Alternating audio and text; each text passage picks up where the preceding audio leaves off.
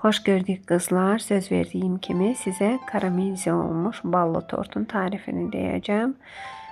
Burada 6 korjdu. Bir porsiyada 6 korjdu. 150 qram pesoq götürürük. 3 xörək qaşığı bal götürürük. 100 qram yağ götürürük. 450 qram undu. 3 yumurtadır. 1 çay qaşığı sodadır və 1 xörək qaşığı sirkədir.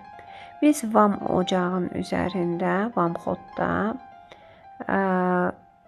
kütləmizi qaynama həddinə çatdırırıq. Qarışdıra bu şəkildə gördüyünüz kimi tam olaraq qaynara düşür. Şəkər orada tam əridikdən sonra biz 1 çay qaşığı sodamızı sirkədə söndürürük və kütlənin üzərinə əlavə edirik və dayanmadan qarışdırırıq.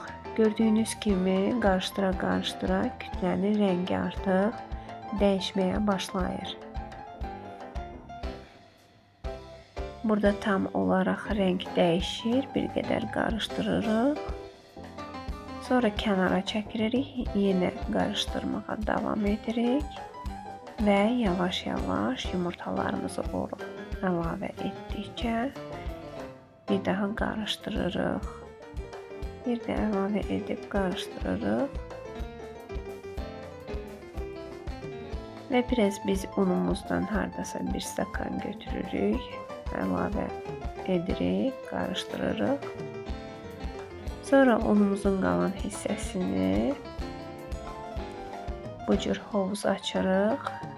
Unumuzdan bir qədər də saxlayırıq yaymaq üçün. Burada kütləmizi un hovuzumuzun içərisinə əlavə edirik və bu şəkildə plastik alətlə mən işləyirəm. Yəni xəmirə toxunmuram. Bu şəkildə xəmiri hazırlayırıq. Bu bizdən bir porsiyadır. Siz istəsəniz 2 porsiya eləyə bilərsiniz, 3 porsiya eləyə bilərsiniz. Görürsünüz nə gözəl karamelize olunmuş xəmirdir. Bu qədər.